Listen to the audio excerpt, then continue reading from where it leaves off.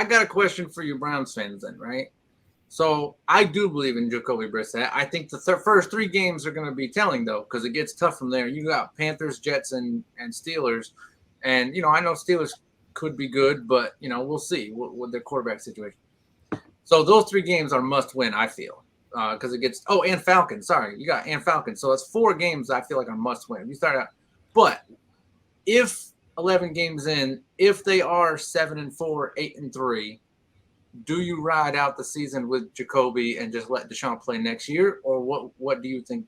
What would you do?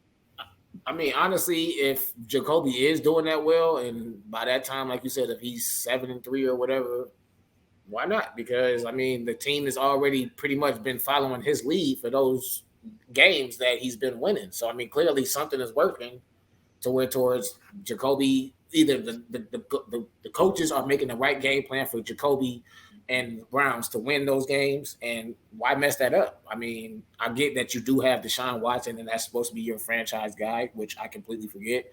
I mean, I completely understand, but again, going back to what I said earlier, I mean, the man hasn't played football in almost 2 years now, so that's why I'm like, I mean, the rust is going to be there. I mean, we seen it in the first, with the Browns fans seen it in the first preseason game, where, like I said, he went 1 for 5, and I think he only had 17 yards, but in his defense, 2 out of those 5 throws, Anthony Schwartz dropped, which is nothing new around these parts, I guess. But yeah, honestly, no. I would just. I'm sorry. Honestly, yes, I would let Jacoby finish out the season if he's doing that well. I mean, I wouldn't change it up. Why?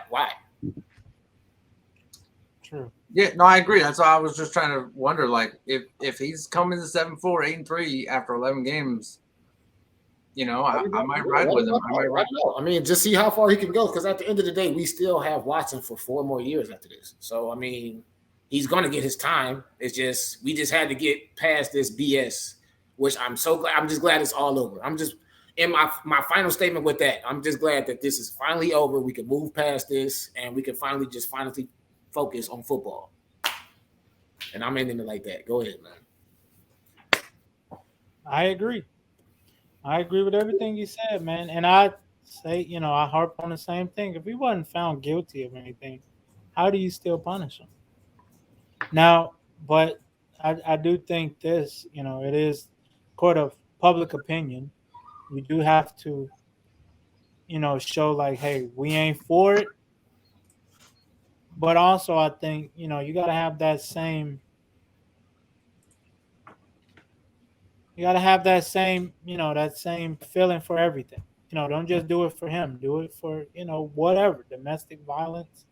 You got the New York kicker that was talking about he beat his wife and he was still playing. I'm like, there was a player that came out last week and said he's in the NFL so he can legally assault people or something. Like, why say it?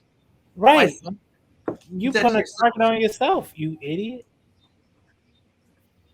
I mean, I'm not gonna lie. There's a part of you that wants to, be tough and go against the best and whatever. And sometimes that means popping them a little hard, whatever. But like, to say I want to legally assault people, it's a weird thing to say. Yeah. You also get assaulted too. But. I mean, okay. I mean, I could kind of see why you said that, but I mean, right. What Nico just said, because now you got guys gonna come for you. Yeah, that's true. That's definitely true. Yeah, for sure. It's already a barbaric gladiator-like sport. Now you got people. It's almost like when Tom Brady was like, defenders, they're just slow and they run around. It's like, okay, that's what you think of us, huh?